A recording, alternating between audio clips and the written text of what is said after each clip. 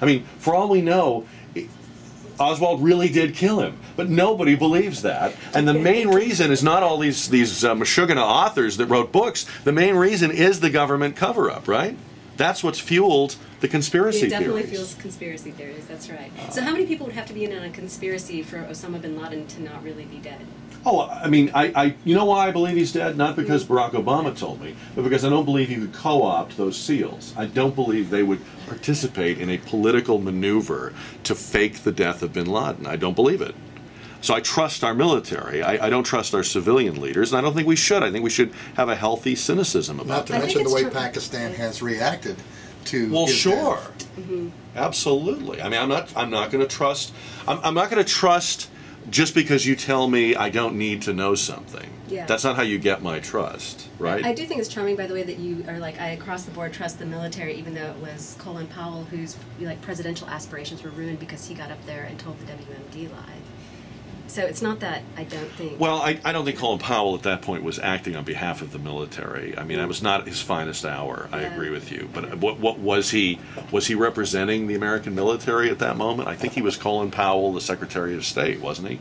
I think he was still walking around in his uniform. I mean, I think, yeah, absolutely, he was still representing the American military. No. Is there at some point which you said... He has not besmirched my trust. So as long as they're still in their SEAL uniform, they're... Yes, I do. Yeah, I have to trust somebody, Elaine, you know. I trust you. And again, as I said at the beginning of this exchange, I wish that we were letting people like you make this decision for your audience instead of one person. That's not the American way. What would Judge Hilbig do with the photograph? Oh, there's a couple of other people in the room. Welcome to the Jack and Elaine show. Brought to you by... No, we won't do this all morning, but Elaine and I have an honest disagreement. And I know where you're coming from, but at the same time, I'll tell you, again, like when you're district attorney, I mean, you have access to all kind of things that never becomes public. And I know that you could say, well, that's wrong. It should become public. But you have issues relating to, privacy of victims. You have issues relating to how investigations are conducted. And so, someone may say that's bad, but I'll tell you, I felt as a responsibility as district attorney, not to release every autopsy photograph, not to release certain details that are I don't know if there are privacy issues at work here, though. Am I missing something? Where is there a privacy issue in the death of bin Laden? No, you're talking specifically about the photographs. I think Elaine was talking about the process, and I'm kind of talking more about the process. I think you were saying that that no one person in government or government shouldn't be making these decisions for us. We should put that information out and let the media make a determination. I just get nervous when I hear somebody in power, I don't care who they are, what party they are, say, you don't need to know this, because think where that can take us. But I think there's a difference between what is the no? The no is Obama's dead. I mean, not Obama, excuse me, Osama bin Laden's dead. That's why we're now spelling it Usama. Yeah, Usama, right, thank you. That's the no. You want to see, and you think that the right to know equates with the right to see. I would have looked at this thing for 5 seconds if they had just put it out. I would have only had the most casual interest in seeing it. I'm not obsessed with it, believe me, but I'm just telling you, as a principle, I am very wary of people in power starting to think that they are in a different class or category where I mean, look, even I'm offended by this idea that members of Congress are selectively called in, like they're being invited to a stag party. I agree with that. That's offensive to me. That smacks of a privileged class. That the nobility are getting to see the pictures. Look, if it's really that important, then nobody should be seen. Right. And that's clearly not the case. That's what I go back to, the new Coke in the classic Coke. No, you can't have the classic Coke. Finally, you can have the classic Coke, and their market share grows. And that's my concern with this.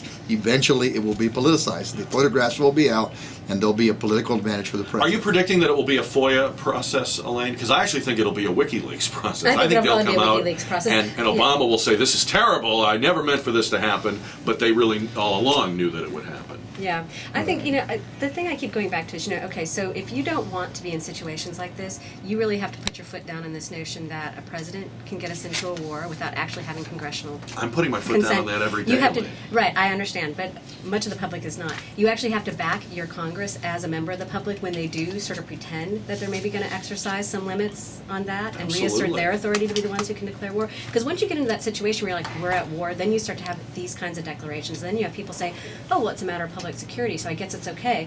And so then the universe of things that they will say that they can keep secret and that you Well, that's how we got to this point. grows and expands. That's how we got Exactly away right. from Congress Yeah. declaring war and presidents managing war, Right. because So- the public couldn't be let in on that. Part of what I guess I want to say is I think there's a lot of people out there now who are hollering and saying, I have a right to see that photograph, who are the ones who All right. supported us getting to a point now where we have. That is this- true. That is true. There's some people that are a little late to the party, but we welcome them even if they're late converts. I'm very late getting to the news. It's 10:47 on KTSA. And one person is dead after a train crash.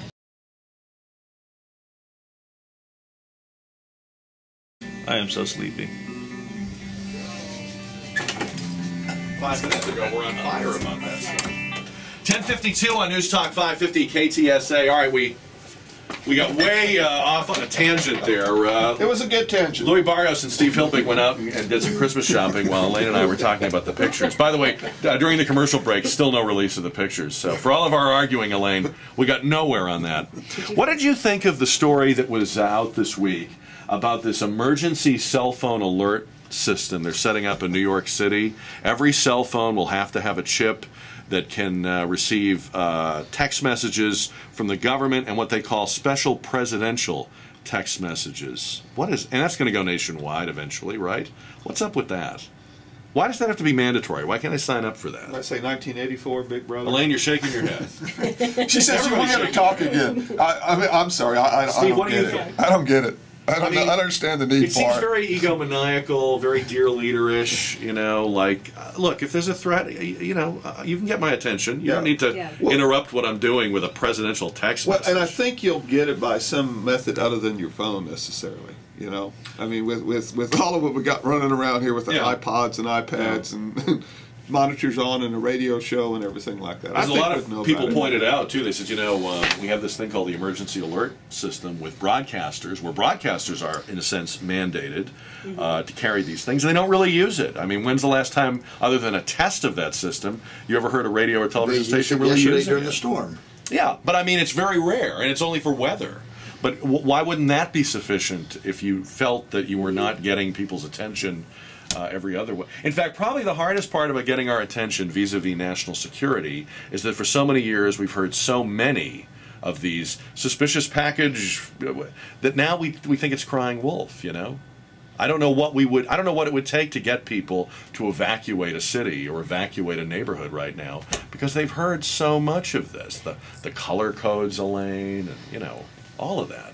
Also, I mean, if everybody's suddenly getting this individual message on their little phone or something, what kind of stampede does that cause if it's really an alarming sort of message? Or if it's, I don't see how that's even efficient or well advised. And, I don't think we already know that if they want to, they can figure out where you are based on your cell phone. Right. There's already a million ways that our privacy, we have voluntarily surrendered it, essentially. So, but it is a little bit creepy, and I don't think it's a great Not idea. voluntarily. I And fight that's- everything. yeah. Do You fight you- everything you're not on Facebook. Do you all haven't agree done all that if they get it in New York, they'll try to go nationwide with it? I don't believe it's for one city. I mean, No, of course not. it's a pilot program, right? One would think. So- I mean, Well, there's probably parts of the country they're not as worried about. Oh, you think the red states can fend for them? They can get it off of Fox News. We're not telling them anything. All right. We're only going to release those photos on MSNBC. All right, we're back with more Gang of Four. It's 10:55 on News Talk 550 KTSA.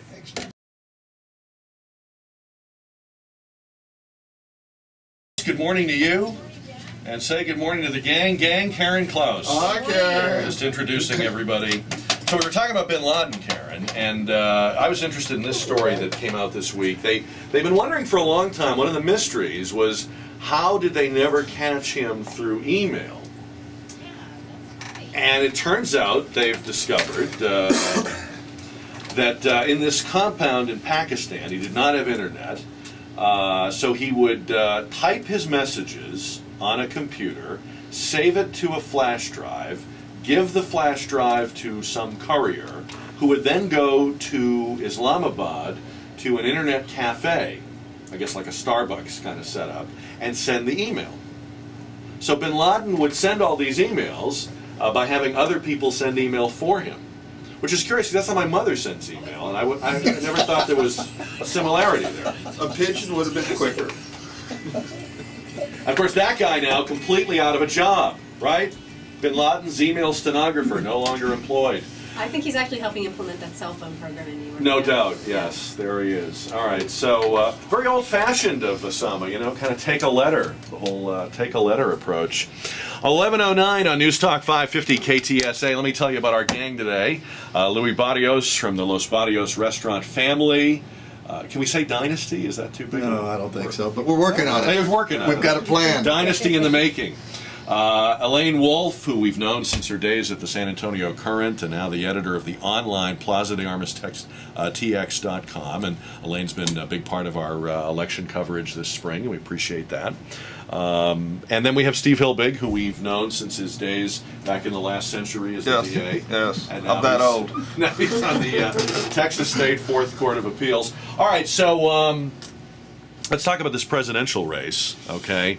Ron Paul announced this morning on Good Morning America that he is running for president. I think we have a sample of that announcement. Let's take a listen to that. Ron Paul.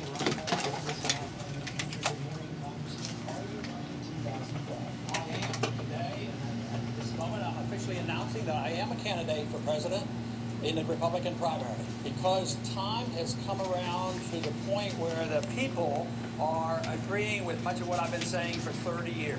So I think the time is right. So it's the 30-year plan. He's a visionary. Well, no, look, is he right, though? I mean... The mountain came to Muhammad. Is that happening to some degree? I mean, okay, look, he's not going to be the front runner, but are people coming around to the stuff he's been saying for a long time, do you think? It seems to me that I saw a poll just the other day that basically had Donald Trump and he running in last place together among potential Republican candidates. So I'm not sure. You don't see movement. I'm not seeing. You don't see Paul momentum. I'm not seeing a lot of movement there, Yeah. basically. Yeah. You know what I think? I think it's. I don't think it's. The message might be getting somewhere. And I say this with respect because I respect the man. I do. He is not a good messenger for the message. You know, he may be making sense to people when he talks about domestic issues, but then when he says stuff like he told an interviewer in Des Moines yesterday or Wednesday, it was absolutely not necessary to kill bin Laden. This just isn't a guy that's going to get the Republican nomination, Steve Hilbig, you know? No, I don't think he will. Why does he want to even run as a Republican?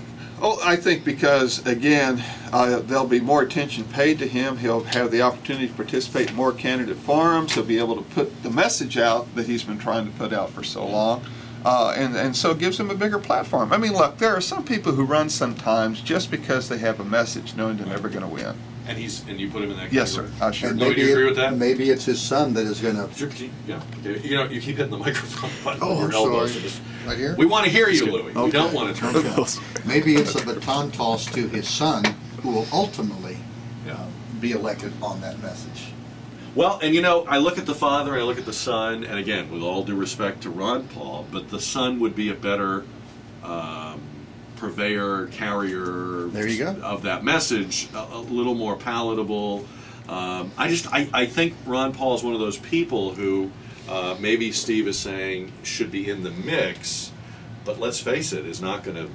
Well, I'm not saying he should be in the mix. I mean, he's chosen to put himself in the mix, but to your question as to why he's running as Republican rather than Libertarian again is because of he will have a wider platform upon which to deliver his message.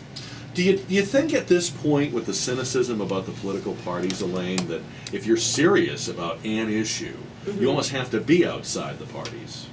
Because if you run within, you're forced to carry all this other stuff that Democrats and Republicans have to carry. Right, and the campaign itself will drive a lot of what the message becomes. And when we were talking earlier about Mitt Romney and healthcare, he might be able to try to steer the discussion to other topics, for instance, but a lot of that is out of your control once you're a candidate. You have to respond to whatever's sort of being thrown at you as the top topics, and you don't get to drive the debate as much.